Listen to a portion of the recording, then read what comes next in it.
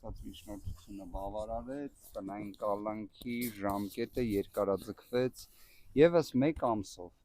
Մի քանի շեշտադրում կատարեմ հարգելի գործընկերներ, այս դատական ակտով քննչականի ներկայացրած միջնորդությամբ դատախազության կողմից նշված միջնորդությունը հետ չվերցնելու հետևանքով մենք այլևս ունենք իրավիճակ, որ ուժեղ Հայաստան կուսակցության նախագահի կողմից ամենապատասխանատու փուլին ընտրական գործընթացի, հատկապես նախընտրական ցուցակների ձևավորման տեսանկյունից մենք այլևս ունենք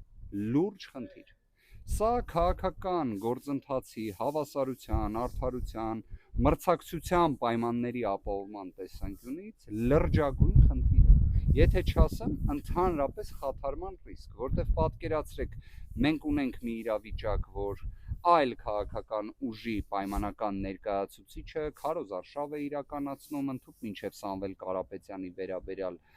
խոսակցություն է ունենում, իր կողմից նախընտրական ցուցակի ձևավորման ակտիվ մասնակցում է, լինի դա պրայմերիզի կամ այլ ձևաչափերով, բայց մյուս կողմից ունենք ուժեղ Հայաստան կուսակցության նախագահին, ով որ 9 ամիս առանց նվազագույն իրավական հիմքի գտնվում է կալանքի պայմաններում։ Ես հատուկ ընդգծեմ, որ լինի դա կալանքը թե տնային կալանքը, դրանք երկուսն է կալանք։